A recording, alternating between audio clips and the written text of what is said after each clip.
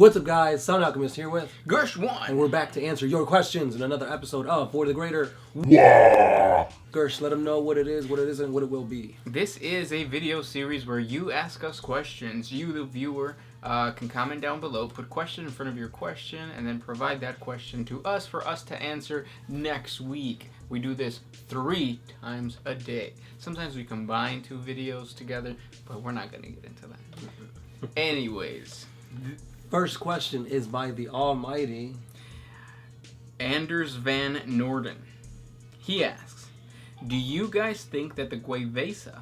Now, do you know what a GueVesa is? You're a Tau player, so explain it to him. It's like a Cerveza, but in Tau language. So that's basically it's a human that is deferred and has pledged allegiance to the greater good. Yes, a heretic. Yeah. Do you think that that type of heretic will return in 8th edition? So that's a really good question. Yeah. And it's one that no. So my response is no. I don't think that GW will bring back that faction. But it would be so amazing. Third-party companies go out there. Oh yeah, they got them. Oh, they already do? Yeah, I've seen a few, like humans and like the Tau. Basically, they're fire warriors, but they don't have the helmets on because you got to show off that they're human. Yeah. And even though I think that providing humans who have defected to the greater good as a playable model would really bring a lot of people into the Tau faction or the Tau race, I don't think GW wants to blur that line, I guess. Yeah. It's like you want to keep Xenos looking Xenos. Yeah. Otherwise, you will have a bunch of people who just do the GueVesa thing, and then you just have like an Imperial Guard army with suits and which is pretty badass, and you could do it now that you buy third party. But yeah. Good question though. Yeah. Next question. This one is by TerrorBlades. Are there any 3D printed things that might be cool to have a Warhammer 40K tabletop game? I want to make some, but I have no idea what to actually make. Damn it, now I have Astra Siempre Comandante on the brain. Saludos de Suecia. Whoa, you're from Suecia? What was the question? Is there any like 3D printed things that would be cool to have for Warhammer 40K? So I'm looking right now for this guy. We follow him on the Instagrams. If you don't follow us on Instagram, please do so. Our tag is One Mind Syndicate. We post stuff, a lot. So he does 3D printed terrain. Oh, here he is.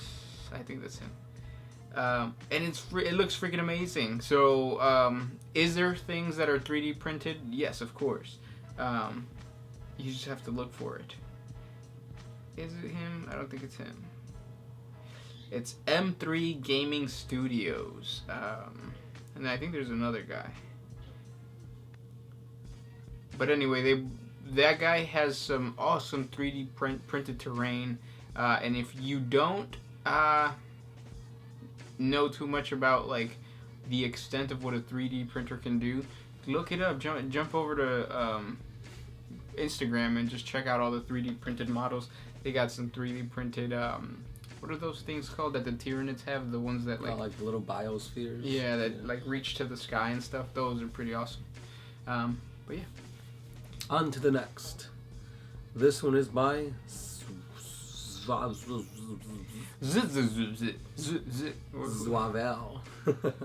Since you guys forgot about them last time, what would the Imperial Guard, Dark Eldar, Chaos Space Marines, AdMech, and the Kroot be doing if the 40K universe was a club? Oh, okay. So, let's start with the Imperial Guard. So the Imperial Guard, I feel like they would be the bros. It would be like a group of them, and they'll just be like hanging out amongst each other, talking about the Tau women over on that side of the club. They wouldn't talk to them. They'll just keep drinking their beers, because bros always get beer. Dark Eldar. Ooh, they're in the dark part of the club where you can't really see them, but you know it's there because there's like smoke and you can see their cigarette butts light up. Yeah, and you always have that giant bouncer just standing there, and you're just waiting for that bouncer to leave, and you want to sneak behind to find out what they're doing, but then you realize what they're doing, and you're scarred for life. Chaos Space Marines. Chaos Space Marines. I thought we answered that. Oh no, we said Space Marines. Mm-hmm. So Chaos Space Marines would be the douchey jock. Douchey jocks. Yeah, who like purposefully like elbow checks you when you're crossing to go to the bathroom. The AdMac. The nerds. So like me at a club, like we sit down and then we talk about how flamers in the new edition are gonna be crazy in Overwatch so long as GW corrects their whole thing, because I think they're gonna be able to hit on a D6. Mm-hmm. That's fucking crazy. They hit automatically. Well, yeah, so they hit automatically. So D6 wounds. Can you imagine that? Roll a 6, bam, and that's what they would be doing. Mm-hmm. They would just be talking about stuff. And lastly, what are the Kroot doing?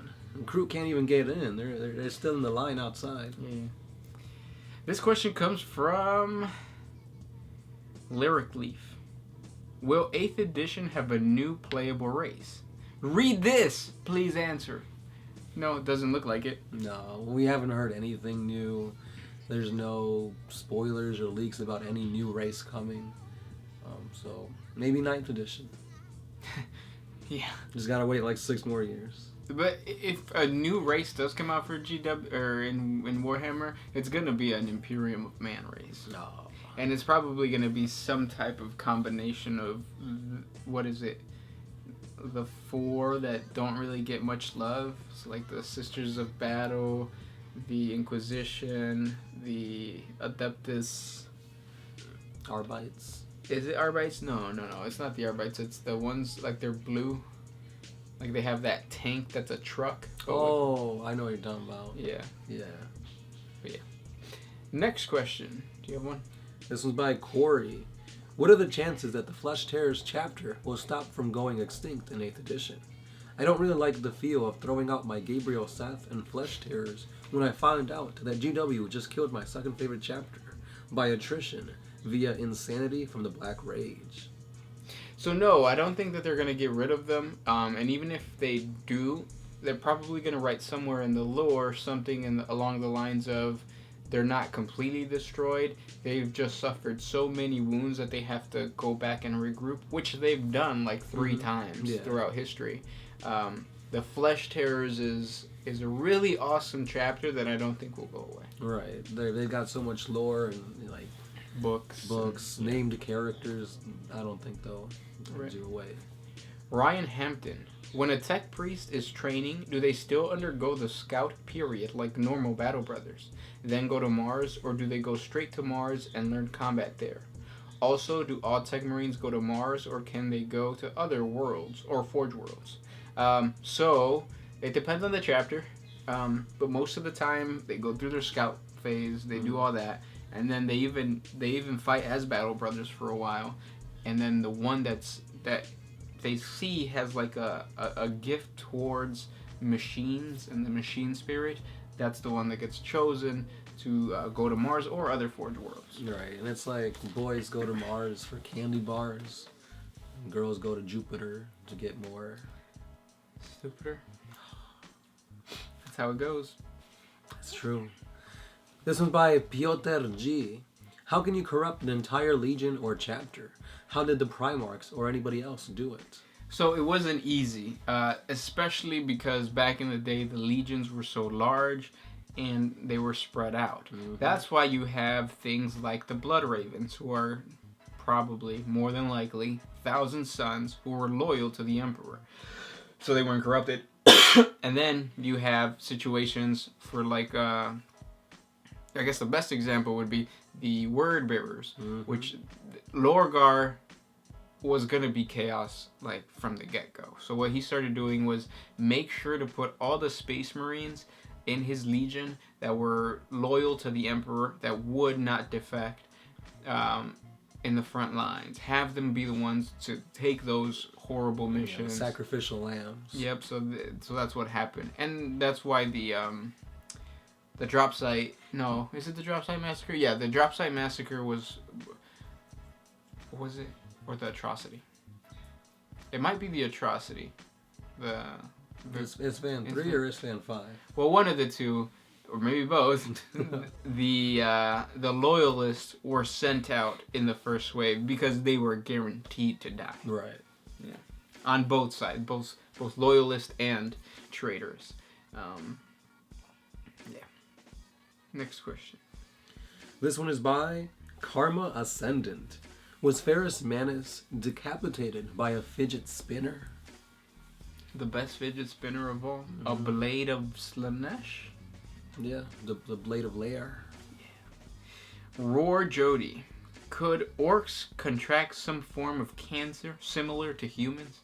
And if so, would it cause the orcs that spawn after its death to also have that cancer, creating a huge mass of orcs that keep growing unbound and dying in the process until they create a black hole and obliterate their existence? Also, where can I find some good menudo? So the first question, Nurgle can infect orcs in certain ways. Whether it's cancer and they just like continue to blob out. No. That hasn't been in the lore. But there are Nurgle orcs. Right. And then it would take years upon years upon years to have something so heavy that it creates a black hole. Mm-hmm. But anyways, the second question, where can you find good menudo? At El Paso. Yeah, that's a good place. El Güero, La Hacienda, El Palenque. Damn. What's another Mexican sounding supermarket? La Chiquita. La Chiquita. Next question. Luke Casey. Who is the most powerful Primarch? In my opinion, Guilliman, because he's back! Mm-hmm. But just because you're back doesn't mean you're powerful. I'd have to say my boy Ferrus Manus, because he was so strong, he lost his head. This question comes from Mark Butler. Do you think Abaddon could unite enough of the forces of chaos to give Guilliman a good fight? If so, how would he do it? I would love to see him or someone else rise to the level of Horus. Yes, I do believe that Abaddon can put up a good fight against Guilliman, but not because he's as charismatic and as an amazing leader as Horus. More because the Chaos Gods have decided to give him that power. Mm-hmm. Right? We're probably gonna see it. Next question. I have one from Andres Gudmundsson. If a Genestealer infects a victim, does it change into a first-generation Genestealer, or does it bring birth to one? And if it does bring birth to one, what happens to the infected person? No, I think they slowly mutate into those. So, did we do a vid on the Genestealer cults? No, I don't think we have. No. Okay, but in the lore, it's they basically say how they invade and how they inseminate the female population, and they slowly become this Genestealer hybrid with that other race. And the ones that don't really mesh well become like Ogrins, and they're all strong and whatnot. So it is like a phase. Eventually they become Genestealers again, and then it starts all over again. Yeah. So but it starts not with an infestation, but with insemination. There you go. Next question. This is by the Rider Shotgun. What do humans in the Imperium do for fun besides working in the factories, trying to stay alive, and or dying in some horrific way? So that's the thing, right? It all depends on what planet you're born into, but most people are born into hive cities where it's a forge world, it's a mining world, so work is life. Mm-hmm. Some people are born into horrible conditions where from birth you're for the military and you die in your 20s or late teens. Right. But on Terra, what would you say? They have celebrations. They praise the Space Marines. They've got I'm pretty sure they have holidays to certain battles and Primarchs and stuff like that. So yeah, it would be equivalent to somebody living in Europe and then being Catholic, going to the Vatican City for fun. Right. You go and you look at all the statues of the saints, all built of gold. Mm-hmm. Except those two statues that are in the back that you're supposed to forget about. Mm-hmm. They're lost in the dam. This one's by Dragon Punch 903. His question is, what's 1,000 times 1,000? 1 million. Yeah. And it's funny because we didn't know what it was. Oh, before? Yeah. We got confused because you got to carry the 1, multiply the 6, divide by 7, and then you get Lorgar. That's what I was about to say. This question comes from, you've read that one. This question comes from M. Baseman. Well, more statement looking for comment. Cypher is trying to meet with an emperor to kill him. So Cypher is trying to meet with the emperor to kill him and trigger his perpetual cell regeneration. The Astronomicon and Webway stay lit and close via cumulative human belief. No.